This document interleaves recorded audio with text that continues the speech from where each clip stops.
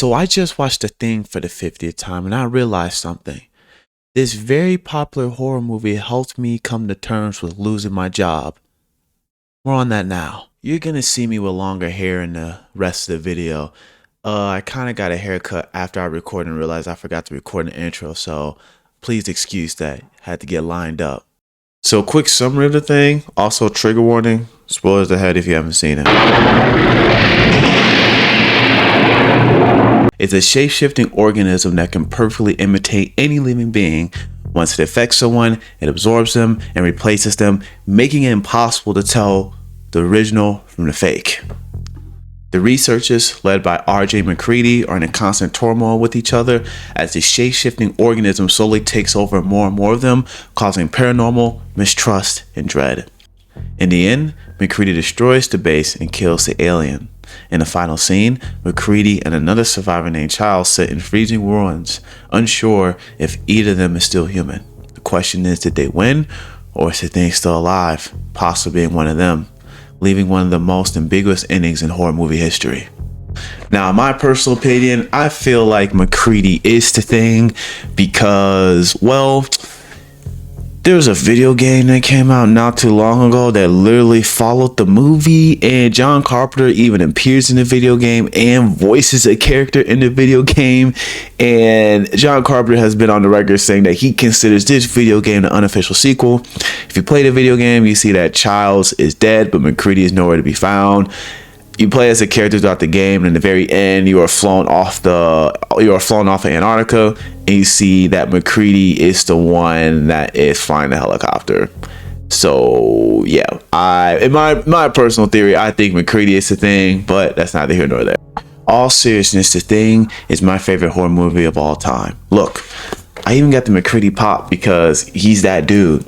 Also, the movie was met with widespread criticism, bombed at the box office, and it almost ruined John Carpenter's career. However, this movie is heavily regarded as one of the best horror movies of all time, and it's clearly become a cult classic. Now, how did this movie help me deal with losing my job? When the chips are down, humans will behave as humans usually do, as humans. There's a good side to human nature, but there's also the bad side of human nature, something we are all subject to. As soon as our survival is threatened, or our livelihood, our morality, compassion, and trust are completely thrown out the window. Instead of coming together, we break apart.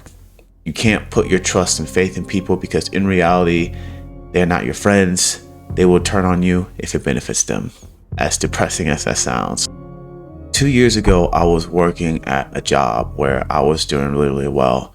I was working under a manager who believed in me, who trusted me. I had a really good team, or at least I thought I had a really good team, and people respected me. And my manager was putting me on the fast track to become promoted, and people respected me, and I'd actually achieved my highest rating ever within this company at a scale of 5, right? With 5 being the highest and 1 being the worst. I had gotten to 4, which is really, really good. And my manager at the time, he really, really wanted me to become promoted, and we were working towards that.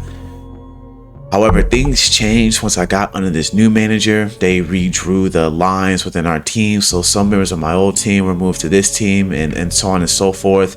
And essentially what happened was that a member of my old team, who was now my new team, went behind my back to this new manager who I had and basically lied, saying I wasn't a good worker, that I wasn't great, that I wasn't as hardworking as people thought that I was, and I was really letting everyone else do all the work. And that started to spread throughout the team, and people were slowly turning against me. I know people weren't really turning against each other, well, in a sense, because some people had my back and others didn't. The new boss, or my new boss, was actively trying to get me terminated because of this, and she was basically watching me like a hawk. She had someone else watch me like a hawk, and at that moment my position wasn't secure anymore, and she wasn't really trying to get me promoted.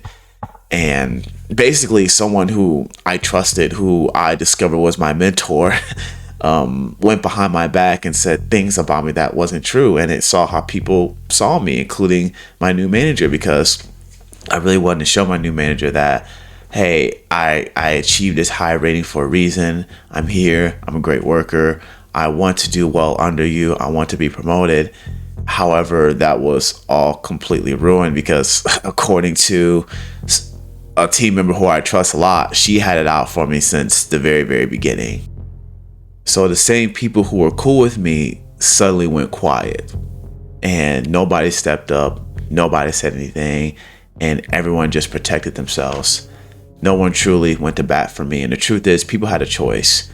They could have spoken up. They could have defended me, but they didn't because they knew if they did, they might be next. That's when it hit me. It wasn't about what was true or not. It's about survival. Just like in The Thing, the moment where fear enters the room, trust disappears, people break down, and they only look out for themselves. And the scariest part is that they weren't even bad people. They were just being human.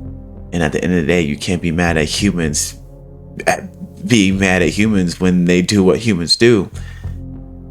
And when after I lost my job and I watched The Thing right after I lost my job because I just needed something to comfort me, I finally understood that. And I stopped taking it so personal. Because just like in The Thing, when people feel threatened, they don't always do what's right. They do what keeps them safe. And they know what it takes to survive. And that doesn't mean that you can't trust anyone. It just means you have to be really, really mindful of who you trust when the chips are down. Not everybody is built to stand with you when things get uncomfortable. Not everybody is built to take risk for you or with you. And that's okay. That's just reality. What this movie ultimately taught me is not to be naive, but don't be bitter either.